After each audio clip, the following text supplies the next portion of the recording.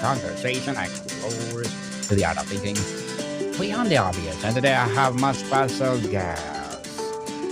He is a finance mentor helping first generation wealth builders install discipline systems that turn in income into legacy, none other than Mr. Tunji Abass. Thank you for having me. Welcome, Mrs. Tunji on Abstract Essay. And can you please introduce more about yourself that I Sure. So I'm the founder of the 2G community, and of course we are here to help first generation wealth builders be able to learn disciplined systems without hype, without more or less without hype and fear, fear marketing that's done that you see these days, and we want people to be able to do things calmly and learn structure that they can use over time. That's repeatable. Yes, and thank you so much for sharing your knowledge and wisdom to the world, Mr. Tunji. Thank you. And today, let's talk about the first generation wealth is built differently. So tell us, you said the first generation's wealth is built differently, not just how it's accumulated, but in how it is must be governed. For the entrepreneur who has just had a liquidity event, who has to spend years in thinking terms of growth and velocity, what's the first thing they need to unlearn about how money works? That's actually a really good question, and I like it a lot because for me, it's lived experience.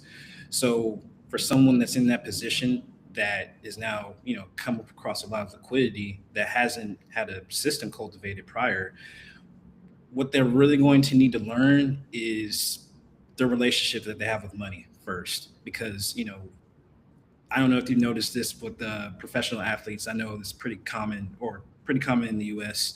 Whether it be athletes or entertainers, or I would say even someone who wins the lottery, when they, of course, receive a lot of income, and of course they didn't have a plan, or no one ever taught them previously over how to, be able to just manage their finances. Once they receive that, of course, that lump sum, whatever that may be, they learn to, by definition, if you didn't have it, you are automatically going to just spend frivolously. And what's very common, for most individuals, that they end up going broke within a certain period of time, after, whether they're still, playing or doing their trade, or even while they're or once they leave it doesn't take much time because they didn't learn what was necessary to manage those things, and make it sustainable. It's sustainable. We like that, Mr. Tunzi. Your background is not a Wall Street. It's the U.S. Air Force, where you work a contract specialist, learning system thinking and contingency planning.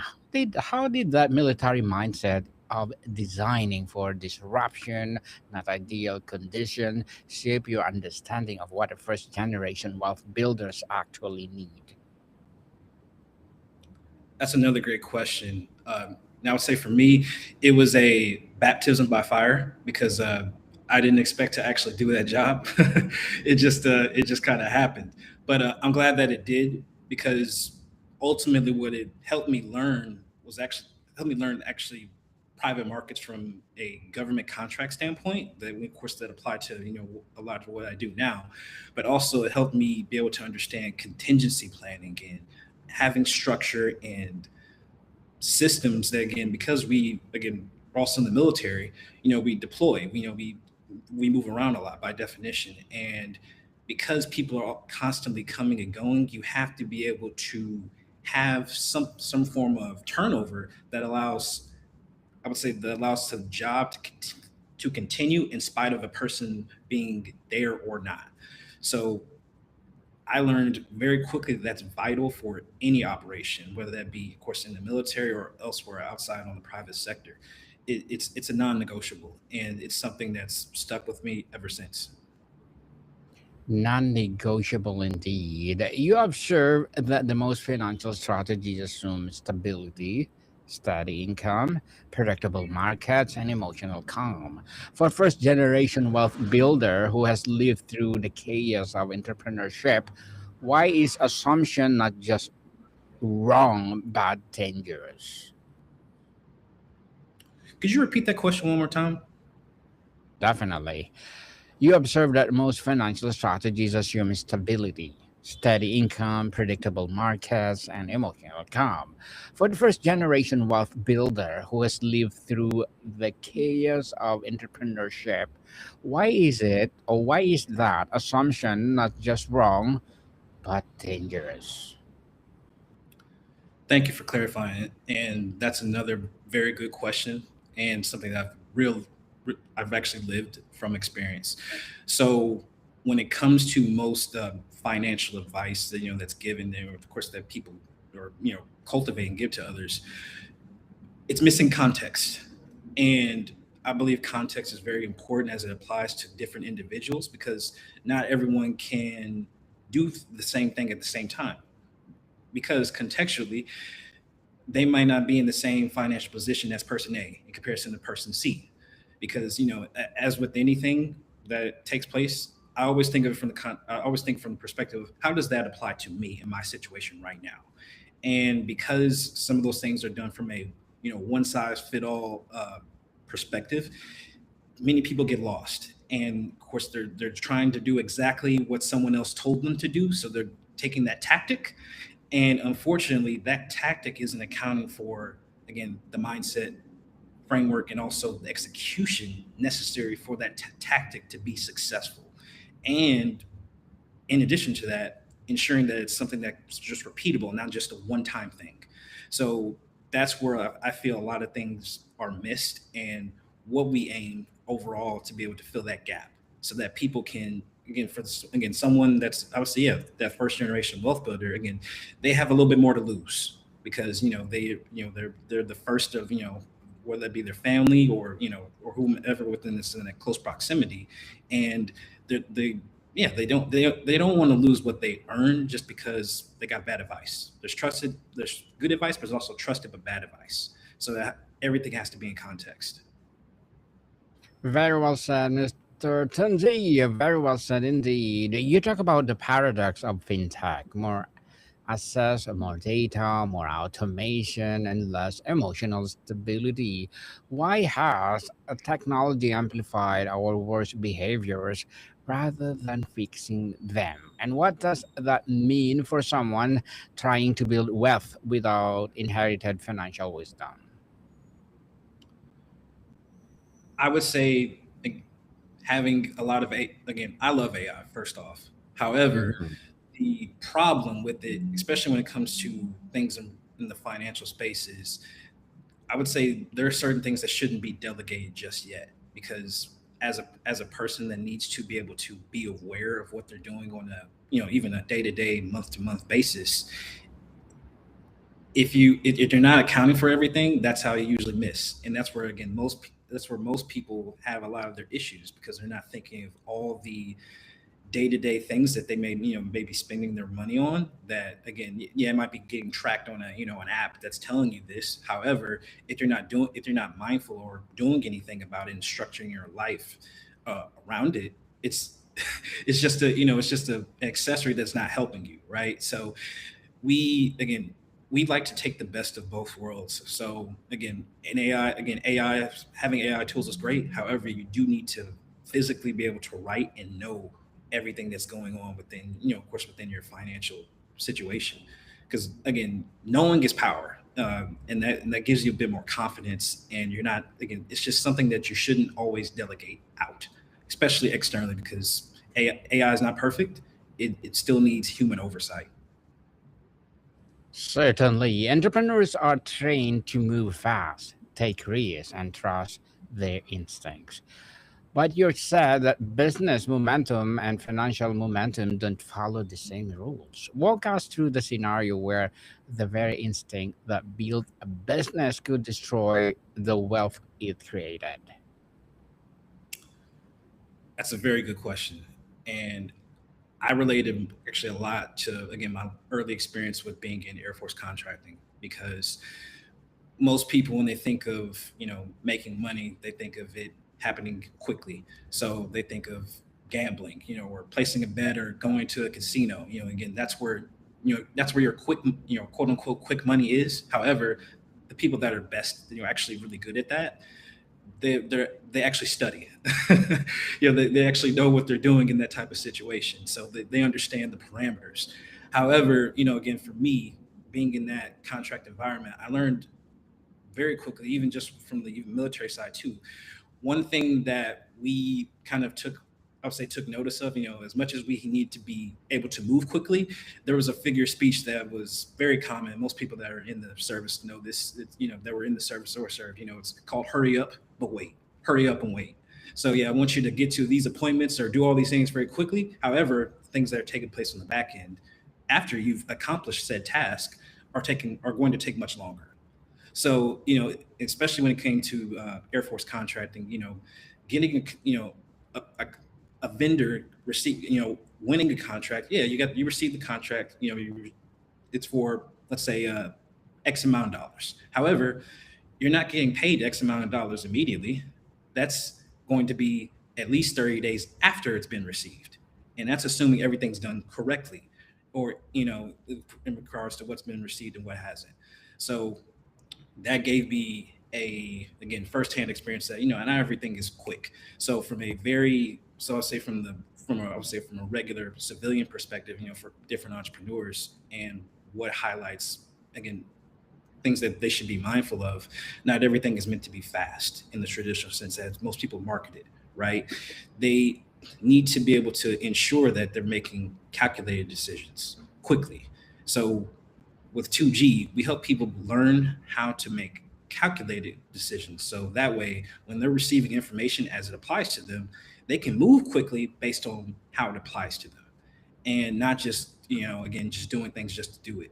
And again, I can speak from lived experience. I've lost thousands of dollars just doing things without putting things into context and learning how it applied to me. So you don't want to have expensive lessons if you can prevent it.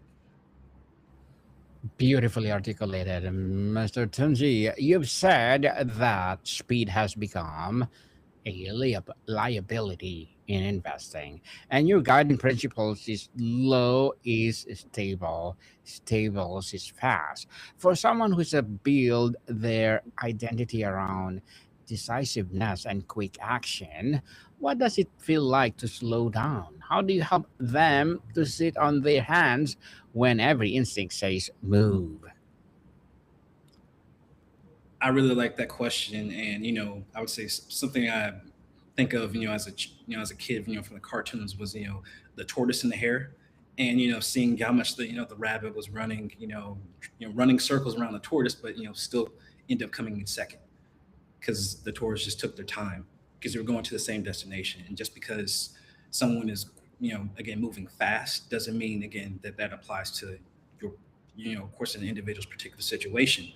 So having context in regards to how a particular situation applies to them, again, it's so important. So to, I would say, kind of put a bow on that, I would, again, I don't like to go fast unless, again, I know it checks more or less all my, I would say, all my boxes. So then that way you can make a quick decision because, oh yeah, I know this aligns with what, with what I do and what I look for, right? So I don't need to overthink because, again, this is standard procedure now. However, when you don't know, and like I said, you don't know what you're pursuing per se. Let's say, whatever the opportunity is. Again, most people are pressured into making a quick decision, to ultimately help someone else. I would say, fill their pockets. Based on, because it's sales, and sales is a lot of psychology, and most people use that with, I would say, without the best intention. So again, within the 2G space, we want to be able to help people identify those things too as well, and then obviously be able to move at their own speed, which more than ever, especially these days, can be faster than what people think because you are making the right decisions the first time. Making the right decision. Well, we hope that. So, Tunji, you work through Asani Heavens frames finances through engineering lens, not a set of tools, but as an operating system. For someone who doesn't think systems, what is the difference and why does it matter whether you have a tools or a system? That's another great question. And I would say the difference between again tools and the system is again it's about repeatability. And I can speak from again from my own experience, from my upbringing. I've been around people that were again entrepreneurs that were well established in their own space, and unfortunately, they were a single point of failure in their business. So what I mean by that is once they were removed from, of course, once they were out of the equation, everything stopped. And if they had a proper system, or even again, so that means like a succession plan. What's going to happen when they're not around. For many for a myriad of different scenarios, it could have again that company or that they created would have been ongoing because now everyone knows what to do, how to keep it going, how to cultivate it, and make it maybe even make it potentially grow. But when you don't have that, again, you're just it's gambling, and you're gambling with your time and your resources, and there's it's now more important than ever to not do that. You don't want to gamble with your time, especially because that cannot be repeated. And again, resources for most people can be scarce, and it requires a lot of time to be able to raise that. So we want to be able to close that again, close that gap, and make people understand what makes sense and what works best for them. Hey, Mr. Tunji, your first core program is called the Accountability Architect and does not start with investing strategies. It starts with the personal governance systems. And I have systems, routines, protocols, decision rules designed to function regardless of the emotional state. Walk us through what the actually looks like on Tuesday morning for a founder who just sold their company,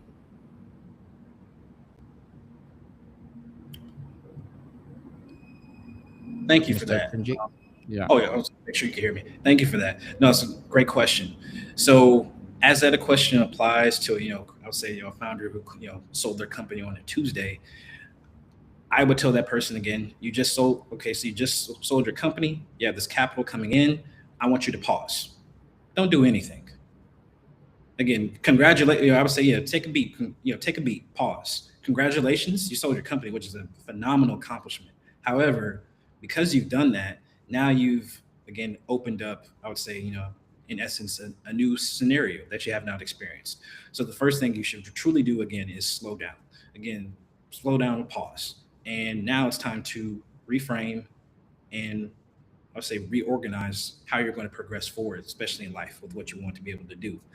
So the reason why we again with the architect of not again we're not even talking tactics, we're talking mindset.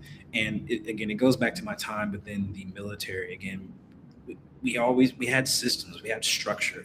So especially when it comes to government contracts, because I'm a steward of taxpayer I was a steward of taxpayers dollars in real time.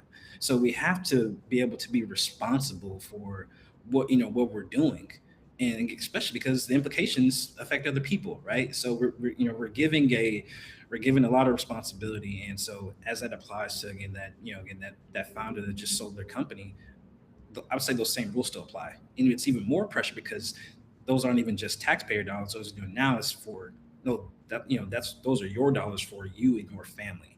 So you want to be able to again pause. Now we're going to reassess. Okay, how am I going to structure how this capital is going to be used going forward? So we help people be able to again understand that, while also more importantly having the mindset to be able to pause and create that structure. So that way, again, they're not. We want to remove the guessing. No guesswork. No, don't leave things up to chance. Because again, just as quickly as the hard work that went into cultivating and ultimately selling that business, you don't want it to end in you know 30 days or less, just because you didn't have the framework in mind to be able to make it sustainable. Very well said, Mr. Tunji. You've said that if humans are going to coexist with human in finance, our value is not speed, it's judgment. What is judgment in the context? Is it something that can be trained or is something learned through experience, including the experience of making mistakes? That's another really good question. So when I think of the word judgment, I think it's imperfect. Why? Because again, I don't expect to know everything, right? However, what we cultivate here with 2G is the fact that we have a community, and even I would say even before 2G in of itself, I always have people I can fall back on to ask questions, right? So it's important to have some. It's important to have that support system, so that way you're not leaning on your own understanding all the time. Because when you do that, ultimately, again, we're humans. We're all capable of being wrong. No matter how much knowledge we have, something could be different. And again, lived experience. For me, it was pride. I wanted to be able to. I'm like, I know enough, so I should be able to understand that. And again, I think something I mentioned before that led to some expensive lessons. So look, those could have been prevented, just from asking questions, right? Just reaching back to people that I know and trust that have my best interest at heart.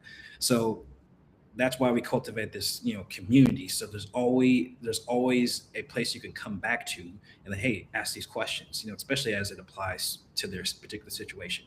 All it takes is one response. Hey, you might want to wait, and then it may not make sense, and like, oh, you saved me hundreds of thousands of dollars, whatever it may be, of course, in that situation. So again, so when it comes to judgment, we want to make sure that we're right as often as possible. However, but when we don't know, I'll say another very important thing I learned in the military: trust but verify. So we're just getting verification. And I think it's vital. Very well said, Mr. Tunji. But before we wrap up our discussion for today, I'm inviting you to please do listen to my other podcast, people. My other podcast, because my abstract essay is already in sixth season, abstract poetry in third season, and my book 101 review in sixth season too, a comedy 101 fourth season, and my food 101 in sixth season as well. Geography 101 love letters, movie 101 review, music our fifth season, science 101, sex 101 are in fourth season, and of course, my baby podcast, Trivia 101, Motivation 101, Spiritual Awakening 101, Entrepreneurship 101, Law 101, Mental Health 101, Coaching 101, of course, my Bible verses 101. Please listen to them wherever you listen your podcast. So, finally, Mr. Tunji, you stated that the future belongs to people who can govern themselves. For the first generation wealth builder regarding this, surrounded by complexity, opportunity, and risk. What does self governance actually require of them, not from their portfolio, but from their character? That is a very important question. I'm glad you asked it, because when it comes to self governments, and this is, I would say, one of the most important things that we do teach as well in the world, especially now where everyone is trying to capture your attention, pull you one way or the other. You need to be able to cultivate something that applies to you and for you, that you can always be able to stand on, especially when it comes to your financial decisions. That way, you're not just easily convinced. Not as a cynic, but healthy skepticism, to always again ensure that what you again what you we want to be able to make sure persons aligning the thoughts, words, and capital decisions. So that's why it's important more than ever. Well, Mr. Tunji Abass, thank you so much for sharing your knowledge and wisdom today.